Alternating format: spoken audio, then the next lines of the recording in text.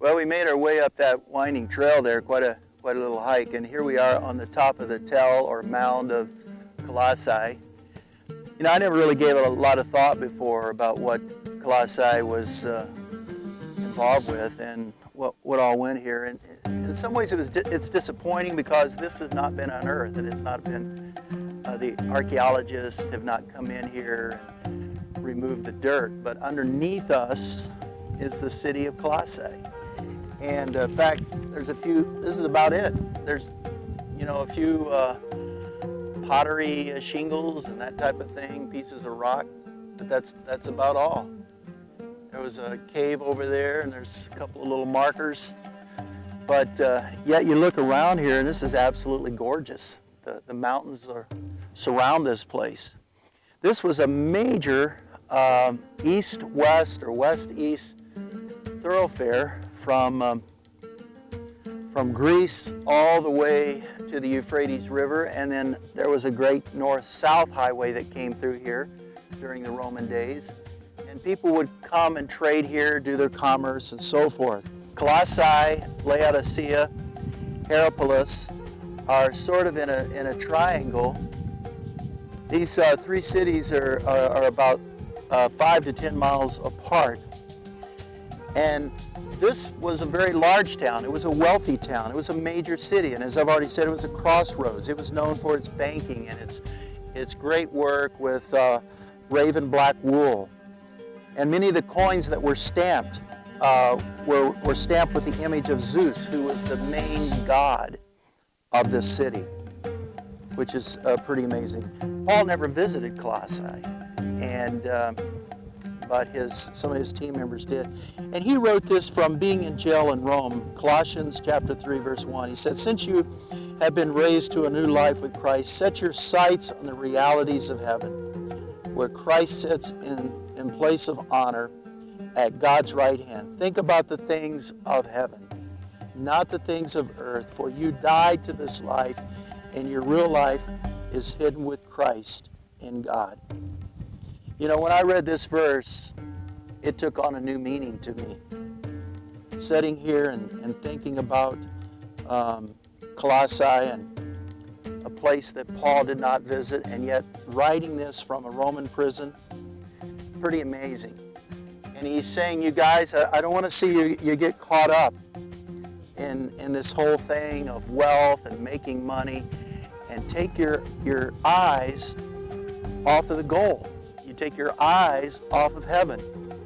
And this life is very short. Let me read to you another scripture here in Colossians chapter 4. Please give my greetings to our brothers and sisters at Laodicea. We're getting ready to go to Laodicea, which is about 10 miles from here. And to Nympha and the church that meets in her house. After you've read this letter, pass it on to the church at Laodicea so they can read it too. And you should read the letter I wrote to them. And say to Archippus, be sure to carry out the ministry of the Lord. Be sure to carry out the ministry the Lord gave you. I think that's a very important phrase. You know, when I read this scripture sitting here at Colossae and looking around, that's a challenge to me. Wes, you have a ministry that God has given to you. Make sure you carry it out. And then he says, here's my greeting in my own handwriting. And he signs it Paul. And then underneath his name, he writes, remember my chains. Pretty sobering, isn't it? He's writing in a jail cell in Rome in chains. And then he says, may God's grace be with you.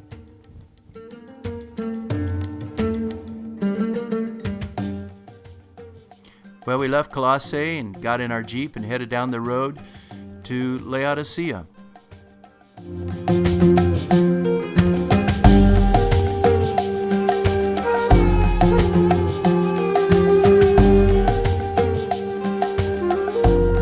Well, we're here finally at Laodicea. Man, I have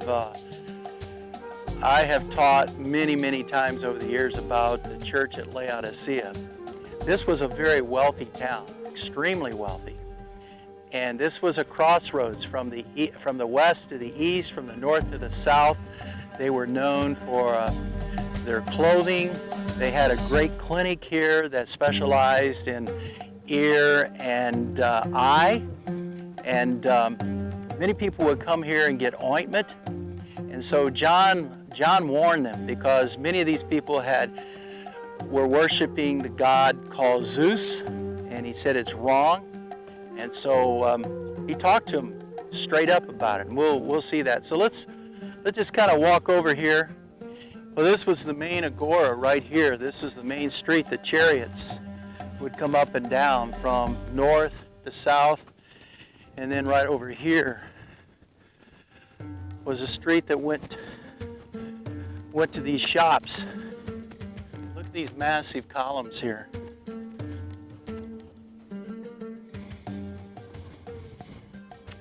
We're going to go up now and take a look at the temple, which is absolutely amazing as well. And we're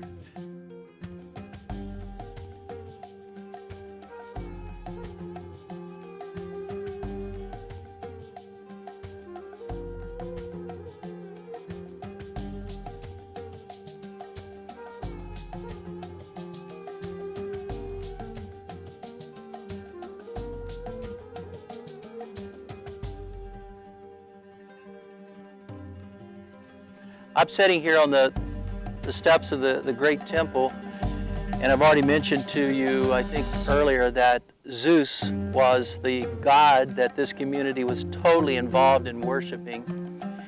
And Paul and his disciples preached and taught against worship of any of these gods and said this has got to quit. But here in this particular community, it was a wealthy community. I mean, they had a lot of money here. Banking was done here, and a lot of buying and selling. And this was the crossroads in Asia Minor.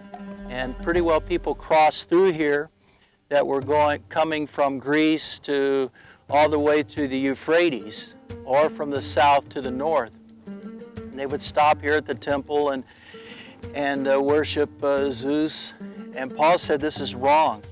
In fact, John spoke up one time about the clinic here, about the ointment that they would place on their eyes, thinking they would be healed. And he said, you've got to stop putting your faith and your belief in that salve. In fact, let me read to you a little bit from Revelation chapter 3, verse 18. He says, and this is John speaking, he said, so I advise you to buy gold from me, gold that has been purified by fire. Then you will be rich. Also buy white garments from me, so you will not be ashamed by your nakedness, and ointment for your eyes, so you will be able to see. He's saying, you've gotten caught up with man's ideas and man's medicines, and you've turned away from trusting God, and you've grown lukewarm. This community, this church here in Laodicea used to be a real on-fire church for God, where salvation was really preached and taught, and people's lives were being changed. And then they just kind of grew lukewarm. They just kind of drifted away from God. And it wasn't long till the gospel wasn't that important. And so Paul made reference to them, John made reference to them, and said, you've got to get your spiritual act together. Well, we left Laodicea and headed the short distance, only about 10 or 15 miles, over to the next city called Hierapolis. Well, we're at Hierapolis, and this sort of forms a triangle between Colossae and Laodicea. You just almost form a triangle 5 to 10 miles apart. And this area, this region in Hierapolis was a very progressive city. And there They're kind of known for these large tombs, these casket-like structures. And this sort of was a sign of their wealth and all of that, but they're everywhere down this main street.